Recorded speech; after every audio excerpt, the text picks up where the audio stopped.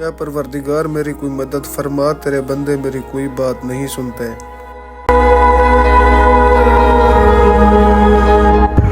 सुफियान भाई एक मिनट मेरी बात सुने, मुझे आपसे एक जरूरी बात करनी है। जी भाई बताएं। वो सर्दी की वजह से मेरे बेटे को कल रात से सख्त बुखार है। दरअसल मुझे पैसों की शदीद जरूरत है। 1000-1500 की अगर मुझे इमदाद कर दें आप तो आपकी बहुत बड़ी मेहरबानी होगी। इमाम साहब अगर मेरे पास होते तो मैं आपको ज़रूर दे देता। शायद आपको मेरे हालात का अंदाज़ा नहीं है। इन हालातों की वजह से आजकल मैं भी बहुत ज़्यादा परेशान हूँ। अब मेरे लिए और अपने लिए अल्लाह से दुआ किया करो इमाम साहब। अल्लाह के फजल से मैं सब के लिए दुआ करता हूँ, मगर मेरे बच्चे को दुआ के साथ साथ दवा की भी जरूरत है। आपको तो पता है दवा पैसों से आती है। मेरी मदद कर दें और अल्लाह के हुक्म से इंशाअल्लाह ताला मैं आपको बहुत जल्द वापस कर दूंगा। आप मुझे शर्मिंदा कर रहे हैं इमाम साहब। नईम साहब जो आपको तनख्वाह देते हैं वो कहाँ जाती है आपकी? तनख्वाह जनाब वो तो 10-12 दिन चलती है, बस महीने का गुजारा बड़ी मुश्किल से होता है, वो भी मांग तांग के। अब और मैं आपको क्या बताऊं, खुद ही शर्मिंदा होने वाली बात है।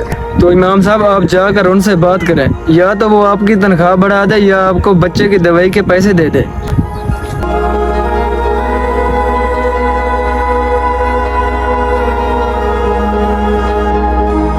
ढोंगी कहीं का, हर वक्त किसी ना किसी से मांगता रहता है। मेरे पास इतने पैसे थोड़ी हैं कि मैं इसको दे दूं।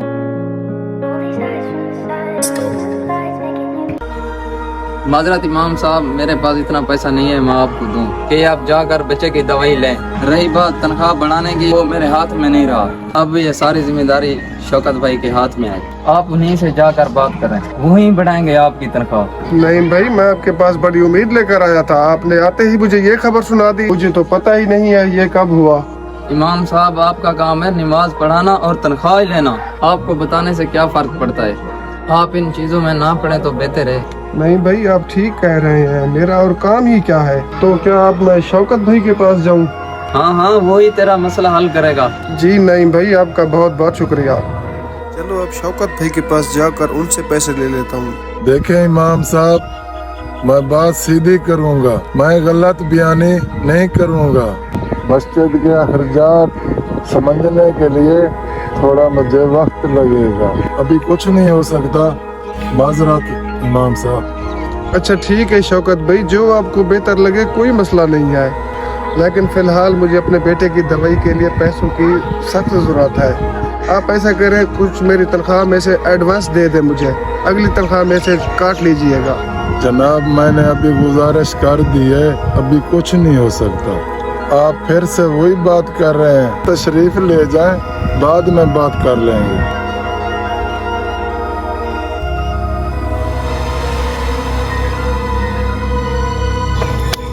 अस्सलाम वालेकुम इमाम साहब।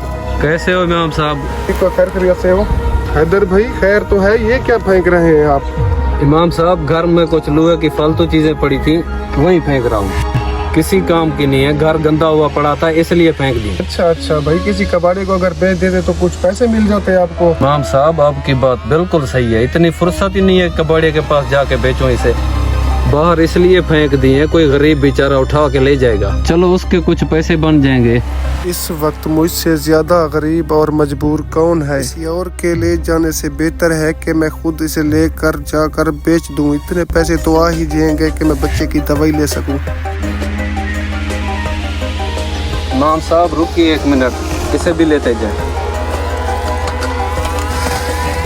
और हाँ ये कुछ पैसे रखिए, आपके काम आएंगे।